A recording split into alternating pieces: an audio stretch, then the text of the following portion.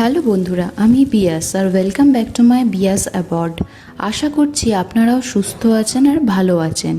আজকে জানেন তো, আমি আপনাদের জন্য খুব সহজ একটা রেসিপি নিয়ে হাজির হয়েছি। ইলিশ মাছের মাথা দিয়ে চচ্চড়ি। আর তার যে কি স্বাদ, না বানিয়ে খেলে হয়তো জানতেই পারবেন না।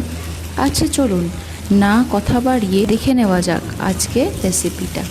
যদিও ভালো লাগে তাহলে একটা লাইক, শেয়ার আর সাবস্ক্রাইব করে দেবেন।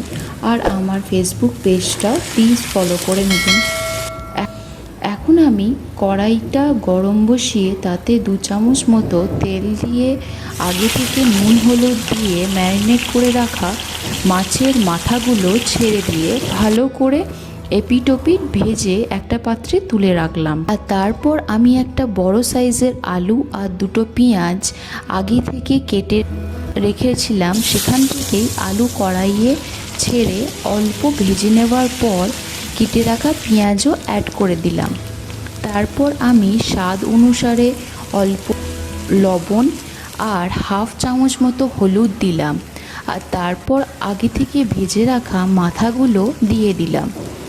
আর একটা খুন্তির সাহায্যে মাথাগুলোকে ভালো করে ভেঙে টুকরো করে নিলাম, যাতে প্রত্যেকটা বাইটে মাথার স্বাদটা ভরপুর পাওয়া যায়।